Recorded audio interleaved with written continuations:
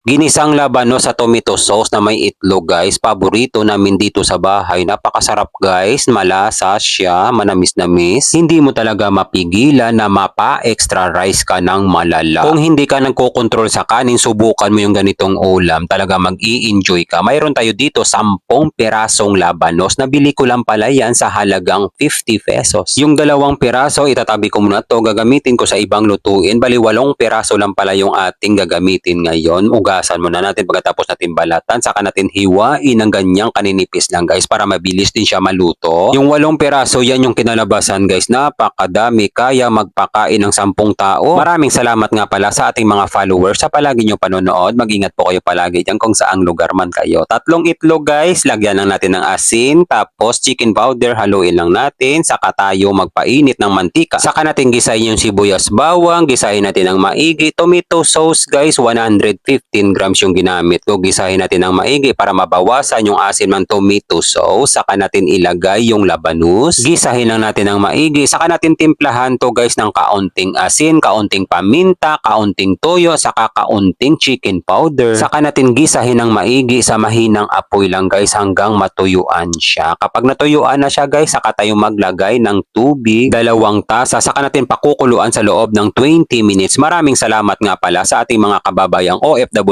sa palagi niyong panonood. Mag-ingat po kayo palagi dyan kung saang bansa man kayo. Pagkalipas ng 20 minutes, medyo madami pa yung sabaw guys. Pakuluan pa natin yan guys, hindi pa masyado luto yung labanos. Pakuluan pa natin ng mga 10 minuto guys hanggang matuyuan ng kaunti yung sabaw. Pagkalipas ng halos 30 minutes guys, natuyuan na guys, ilagay na natin yung binating itlog. Hayaan muna natin mamuo yung itlog guys ha. Huwag muna natin haluin, lutuin muna natin ng 2 minuto. Yung ganyang pagkaluto guys, so yung namuo na yung itlog, malapit na sa matuyuan, kapit na talaga yung lasa niyan guys. Bibigyan ko na lang to ng mga 1 minuto, luto na yung pinakamasarap na ginisang labanos na lulutuin mo. Paparisa natin ang sinangag niyan guys, bahaw na kanin, timplahan lang natin ng kaunting toyo, kaunting paminta, kaunting asin. Haluin lang natin ng maigi para kumapit agad yung mga pangpalasa. Kapag umusok, luto na yung sinangag guys, magtakal na tayo, maglagay na din tayo ng ginisang labanos. Huwag na natin patatagalin to. God, maraming salamat po sa biyaya na binibigay mo sa araw-araw. I-bless nyo po yung food na magiging silbing lakas sa katawan namin. Amen. Kain tayo guys. Kain Pinas. First bite guys para sa inyo.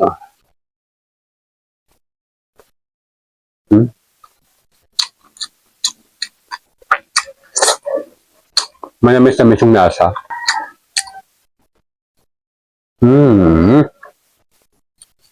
Sarap nun ha. Isa pa.